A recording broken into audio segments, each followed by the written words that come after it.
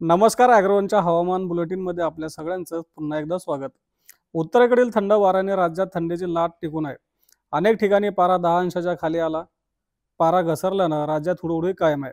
आज धुळे येथील कृषी महाविद्यालयात नीचांकी 5 अंश सेल्सिअस तापमानाची नोंद झाली होती.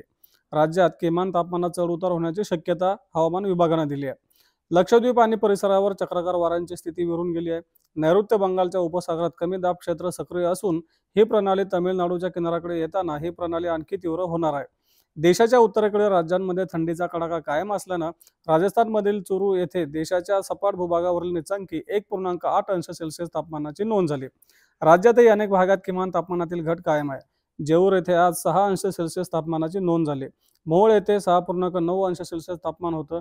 तसंच नगर, जळगाव, नांदेड, नाशिक, धाराशिव, सातारा, उदगीर, तुळगा येथे किमान तापमान 10 अंशांपेक्षाही कमी होतं.